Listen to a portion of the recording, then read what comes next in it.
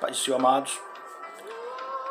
Pai do Senhor, como vão vocês? Tudo bem? Vou falar um pouco hoje sobre o credo de Nicéia, né? Que credo é esse, né? Que está na nossa declaração de fé, nas páginas, né? Então, esse credo de Nicéia foi necessário porque a perseguição durou até 313 aproximadamente, da nossa era cristã, né? Eles perseguiam a igreja e essa perseguição ela só foi extinta com o Edito de Milão, assinado pelo Constantino, né? Em 313. É interessante dizer que em 313 a religião cristã não se tornou a religião de Estado. Isso só ocorreu em 380 com o Edito de Tessalônica, né? Então até ali, em 313, foi que cessou a perseguição, né? Mas a perseguição cessou no sentido do Estado perseguir a igreja. Mas existia controvérsias doutrinárias, né? Aquela questão interna que toda igreja tem, em que as pessoas, se levantar pessoas que vão contra a doutrina, né? Ensinando coisas diferentes. Então, as maiores escolas teológicas, vamos dizer assim, que ficavam era na Alexandria, onde surgiu o Ário negando a divindade de Cristo, dizendo que Cristo é um ser criado, e a escola de Antioquia, né?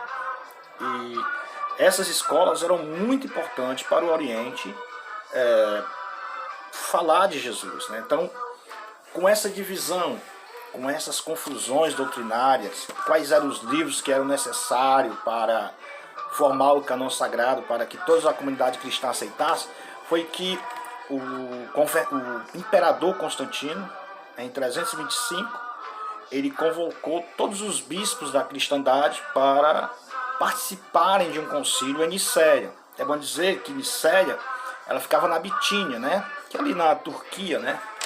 Na Turquia, onde era fácil o entorno da cidade, para que todas as comunidades cristãs fizessem parte, né, desse concílio, dessa reunião de cristãos para defender sua fé e para dizer o que era e o que não era concernente à sua fé.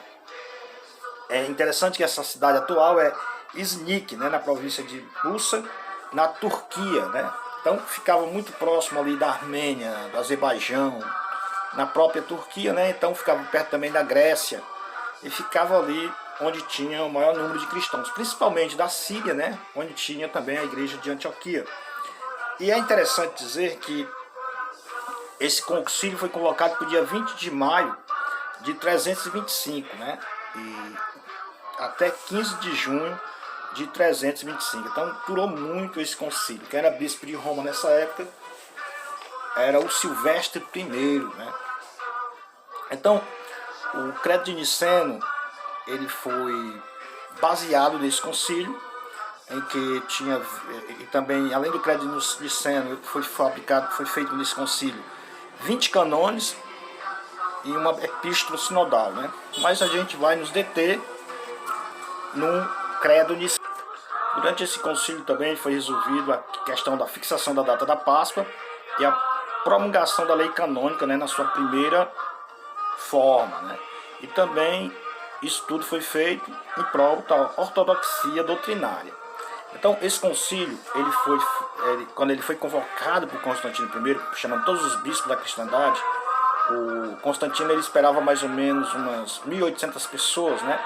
Porque cada bispo poderia levar consigo 2 presbíteros e 3 diáconos para a reunião.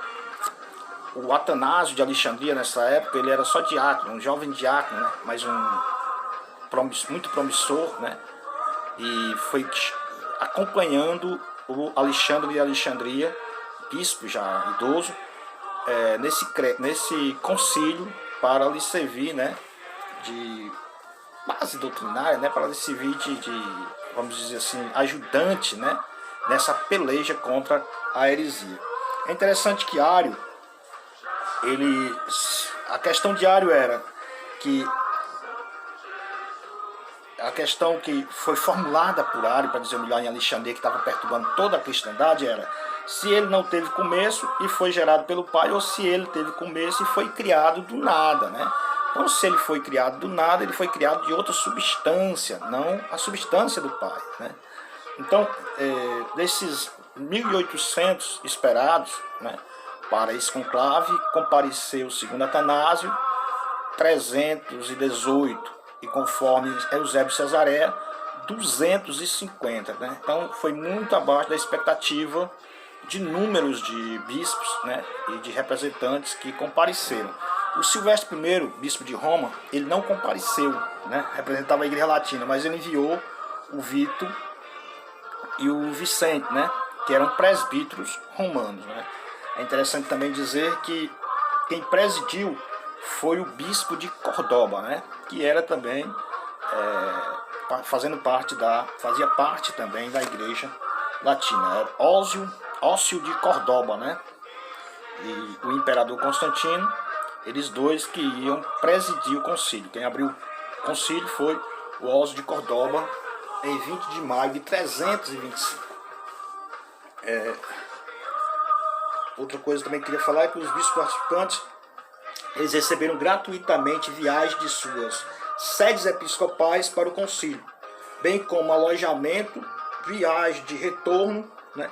Tudo de graça, pago pelo Estado romano, pago pelo Constantino I. Então, foi muito bom, alojamento, estadia, tudo de graça, para que os bispos pudessem discutir a respeito da fé cristã, porque o que o bispo, que o Constantino queria, era que o mundo todo que ele governava, o povo que ele governava, os romanos, vivesse sobre uma religião que não causasse dificuldades para ele governar, né? Porque o governante ele apoia a religião para que a religião não cause barbúrdia no meio da sociedade e não haja confrontos, né? O que ele queria era evitar confrontos, né, físicos e teológicos também. Então, por isso que foi a ocasião desse concílio, né? Teve também, além de Alexandre de Alexandria e Atanásio, né, acompanhado por Atanásio acompanhando, estava também o Eustácio, né, de Antioquia da Síria, né, de Antioquia, que eram duas escolas teológicas muito importantes para a época. O Nicolau de Mira, né, também estava presente. Esse Nicolau de Mira, segundo o que alguns dizem, foi o que deu na cara, né, do Ário, né? Bateu na cara do Ário, porque Ário ele dizia que Jesus era apenas um ser criado. E se Jesus é um ser criado, então logicamente ele não é Deus, né? Então o Papai Noel, né, o Nicolau de Mira, nada mais é do que o Papai Noel. Estava também presente o Pafúncio de Tebas, né? O Partanão de Herádia e o Paulo de Neocesareia, né? Esses chegaram como se fossem martirizados, né? Porque eles tinham marcas no rosto do sofrimento que tinham passado recentemente por defenderem a fé cristã. Então são marcas da perseguição que esses carregaram.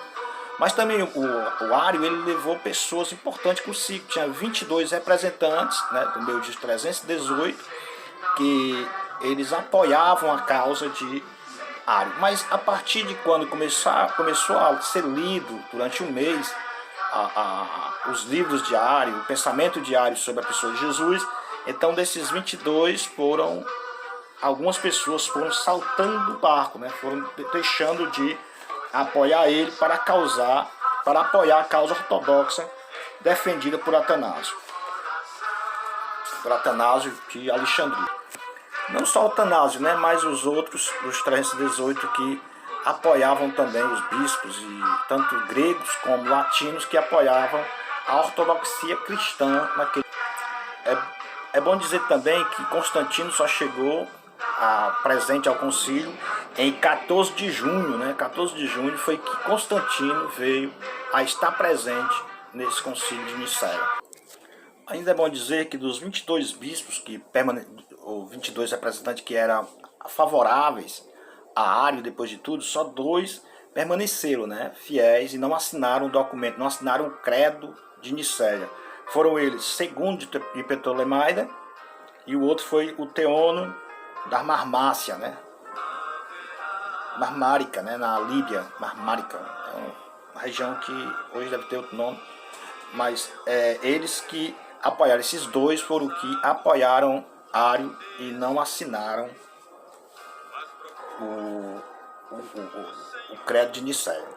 É interessante que Atanásio, ele era só diácono, mas ele foi muito importante para convencer os outros sobre a ortodoxia cristã, né? Que o que defendeu nesse concílio não foi outra coisa senão a natureza divina de Cristo, né? A natureza do Espírito Santo e as demais controvérsias do cristianismo foram resolvidas depois, mas aqui tratava-se praticamente exclusivamente da natureza de Cristo, se ele era humano ou se ele era divino, se ele era um ser criado ou se era um ser gerado, né? Que tinha a mesma essência do Pai ou não. Daí vem a questão da essência, né? Então o Eusébio de Cesareia estava presente nesse concílio, Alexandre de Constantinopla estava presente, mas ele não era ainda bispo, ele era só presbítero, né? Ele estava como representante do seu bispo, que já estava bem idoso na cidade de Constantinopla, né? Então o credo de Nicéia foi adotado em face do arianismo, né? Que deriva de Ário, que era um presbítero da igreja de Alexandria, ele, apesar de ser natural da Líbia, mas ele estava congregando em Alexandria. E havia declarado que, embora o filho fosse divino, ele era um ser criado no tempo e, portanto, não coessencial com o Pai. Se ele era um ser criado, então ele não tinha a mesma substância do Pai, portanto, não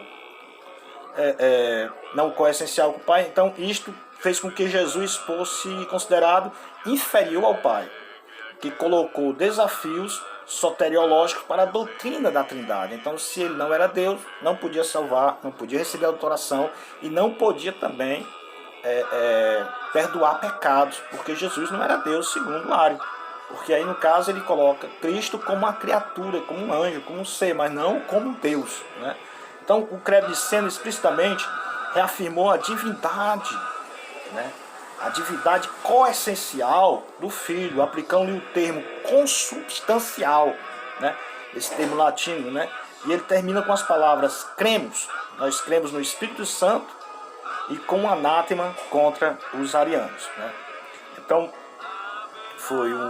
foi muito proveitoso esse concílio, foi muito proveitoso, e no final o Ário, no final do concílio, o Ário de Alexandria, né, bispo de Alexandria, o segundo de Ptolemaida, que é o nome do cara, segundo é o nome do cara, e o Teônio da Marmárica, eles foram excomungados e exilados em Ilíria, né, um lugar lá que tem.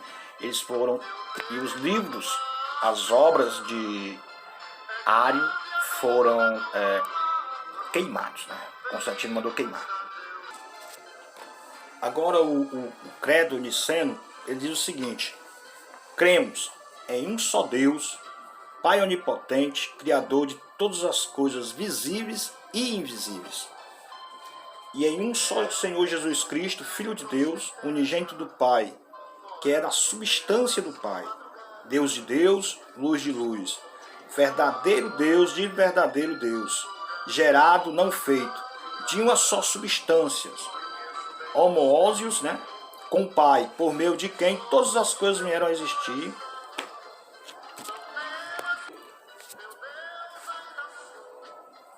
as coisas que estão no céu e as coisas que estão na terra, que por nós, homens, e por nossa salvação, desceu e foi feito carne, e se fez homem, sofreu e ressuscitou ao terceiro dia, subiu aos céus e virá para julgar os vivos e os mortos. Aí ele completa o credo, né? E também no Espírito Santo, mas aqueles que dizem: houve um tempo quando ele não era, e ele não era antes de ter nascido, e ele foi feito do que não existe, ou ele é de outra substância ou essência, ou o Filho de Deus é criado, ou mutável, ou alternável, eles são condenados pela igreja cristã e apostólica.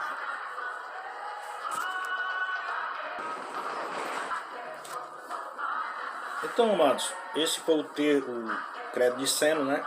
Só uma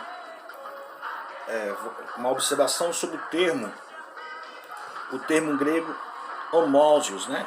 Ou homousios, ele significa consubstancial, né? Ele significa ser da mesma substância, né? Da mesma essência. Ele trata-se do adjetivo composto de homos, né? Igual, comum, idêntico, o mesmo, né? Com ousia, né? Ousia, ser realidade, essência, substância, né? Então, é uma palavra grega que homós é uma palavra grega que aparece nos escritos de Atanásio, né? E dos pais capadócios, para se referir à mesma essência ou substância da deidade das três pessoas da Trindade. Então, esse termo, ele significa a mesma substância, a mesma natureza, né? É a mesma essência, né? Do Pai, do Filho e do Espírito Santo. Isso aparece tanto em Atanásio como nos pais capadócios. Né? Então, essa é a nossa declaração de fé, ele está na página, olha aqui, Credos Ecumênicos, ele está na página 218, depois você leia para aprender melhor, né? Aquilo que nós cremos, né? A igreja é aquilo que crê. Nós somos cristãos quando nós temos uma definição de fé, né? Que nós temos crido, né? No nosso Senhor Jesus Cristo, né? Então, consubstancial, coessencial e substancial com o Pai, né? Deus abençoe a vocês todos e deixa uma dica aí no nosso canal pra gente conseguir alcançar mais pessoas, dar um joinha, né? E se inscreva se você não é inscrito, né? Amém.